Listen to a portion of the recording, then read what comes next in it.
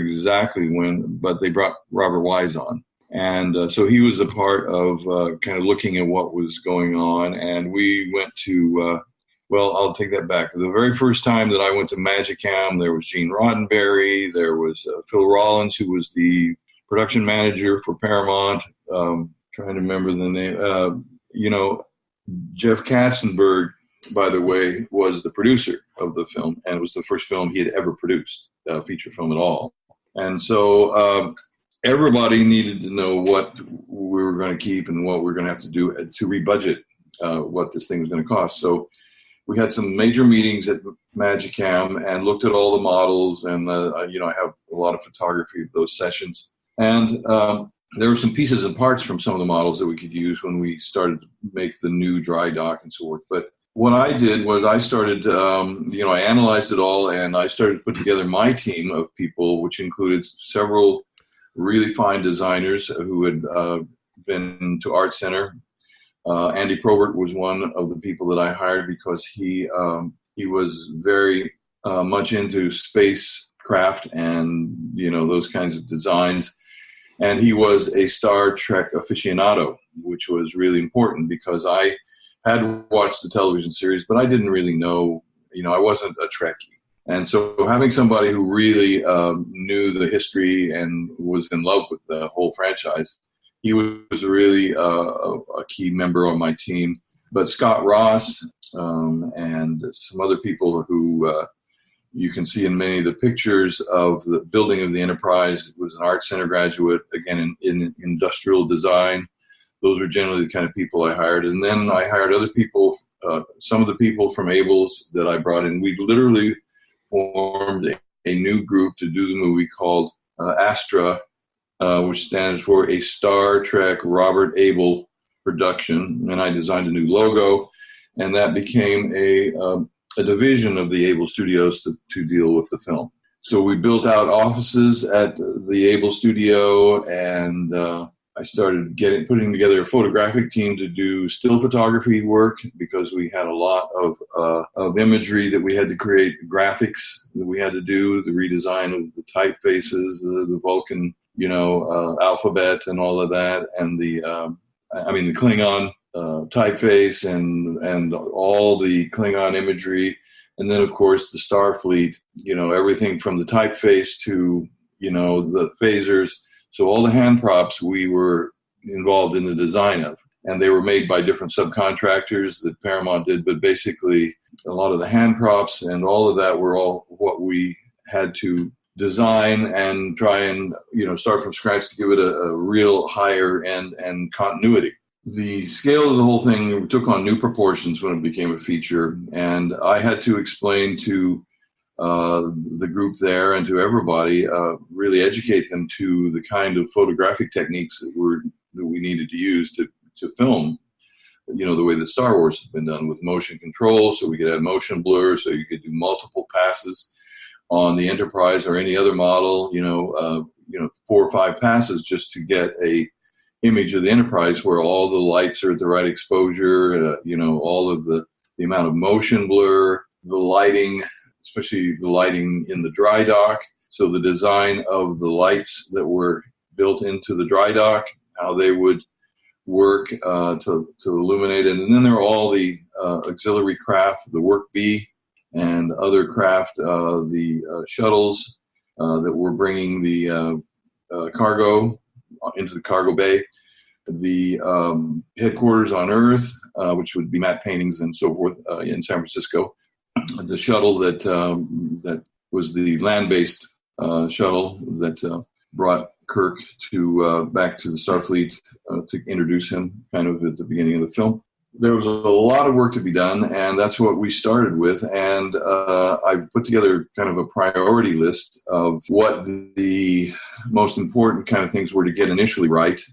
And obviously the Enterprise was the key element in all of it because it is the iconic representation of the franchise. And so for me to get definitions of what could be done to it was important. And that was meetings that I had with Gene Roddenberry to define, what I could do and what I could not do as far as the redesign of it. I initially wanted to really come up with a new look and all that. And he was very specific that that the configuration, the basic configuration of the Enterprise, that being the saucer, the dorsal that attaches it to the lower fuselage, the struts, and the nacelles, that is a configuration. So it had to remain in that kind of configuration, but things could be streamlined, some angles could be changed, things enlarged and reduced in scale and things like that.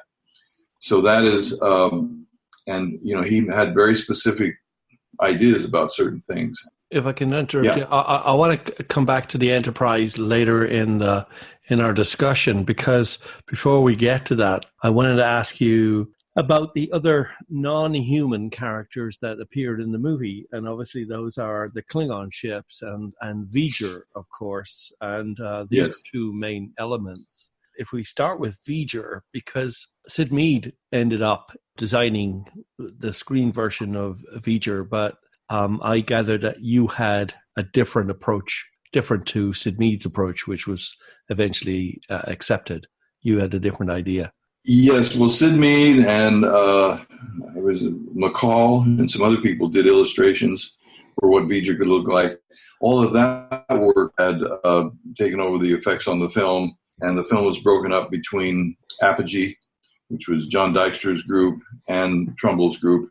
That design came much later down the trail. So yes, V'ger was essential, because in any movie, the definition of the conflict and the bad guy, if you wish, in this case, it wasn't a human being; it was a giant living machine. And so for us to get a wrap around that, I did a lot of brainstorming, and I had discussions again with Rod and Barry and in the art department over there, and nobody on their side had a design in mind. Well, they actually were already building a V'ger model at Magicam, and there are pictures of it, but it really wasn't unique. It wasn't really something that was mystifying. And so I started brainstorming what it could be, and a lot of that started with the very concept of that the Voyager spacecraft had been sent off from Earth with this information on board it, and had somewhere encountered or crashed into a planet or a living entity out there. Right, so we went to JPL, looked at the real Voyager spacecraft, got a good idea of its design, and then I started with the idea that was like what the spacecraft, what V'ger was built around. And so I started coming up with ideas. And one of the ideas was that V'ger was supposed to be really, really large. And so basically the design that I was working on it was 20 miles long. It was, a massive craft. But in the scale of, the universe and outer space, that's not big. But as far as the spacecraft, it's huge, right? So my designs, I had myself, I was primarily the main designer of what V'ger was, and I did conceptual drawings of what I thought it could look like. I did drawings where it was multiple pieces that kept moving, that was like this metamorphical kind of object, and I showed those to Roddenberry, and they didn't particularly like those. They wanted it to be more, in a sense, a linear shape, and that didn't mean that certain parts of it couldn't unfold and open. And so the idea that Enterprise was going to have this interface with V'ger, and that V'ger would open up and allow the Enterprise inside. And so there was the idea of a maw, or an opening that would open up that the Enterprise would fly into. And my concept all along was that V'ger was a living craft, and as the Enterprise entered it, well, first of all, that it was always reacting to the Enterprise.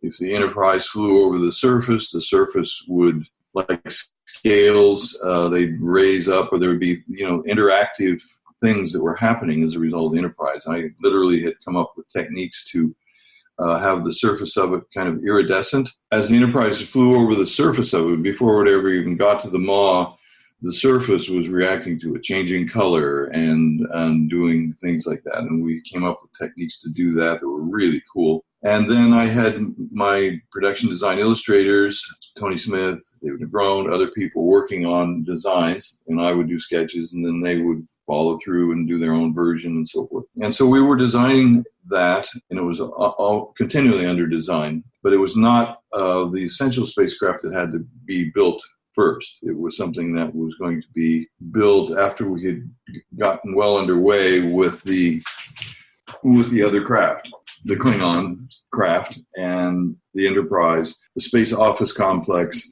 and the Dry Dock.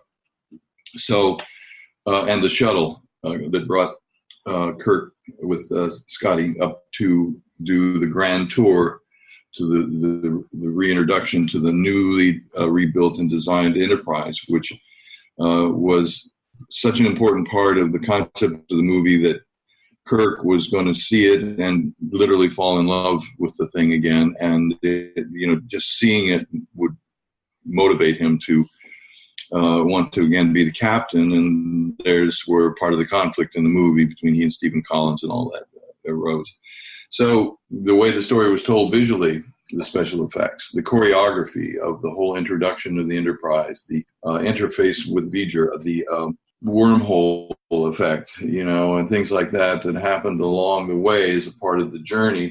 And that meant storyboarding, Ed. And I had a terrific person, Ed Verreau, who was my storyboard artist, and he worked at Abels and was a good friend.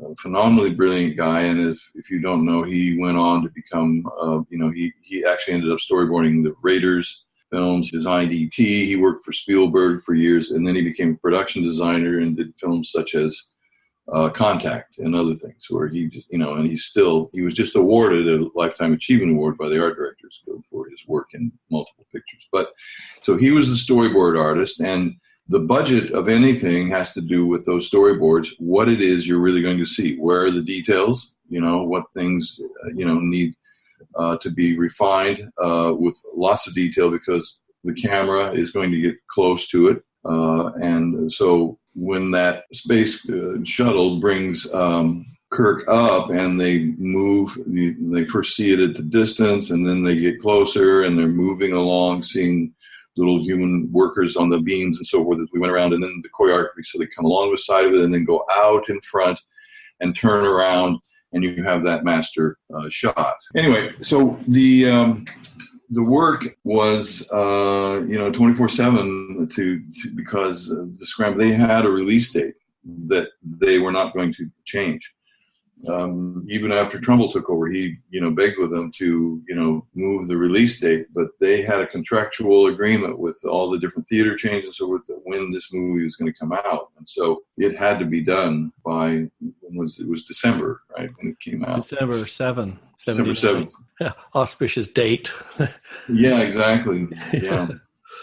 Pearl Harbor. Yeah. Anyway, so we had to really push, and everything about designing those effects was we had to build a camera system to shoot those models that was, in a sense, similar to the Dijkstraflex. And at the Able Studios, we did motion control. We had motion control rigs that we shot the graphics and everything, but we didn't have one that had that kind of scale as far as dynamics is making three-dimensional moves. So we designed a camera system with really great people, and so that was part of it. So all these pieces had to be done simultaneously to come together, when I put together, along with my staff, the time flow diagram of, when things are done, and which is one of the essential things when you're doing this kind of work, is to literally lay out visually on a calendar of the year, time flow diagrams of all the different things that have to happen simultaneously, when they begin and end, how they overlap and all of that. So,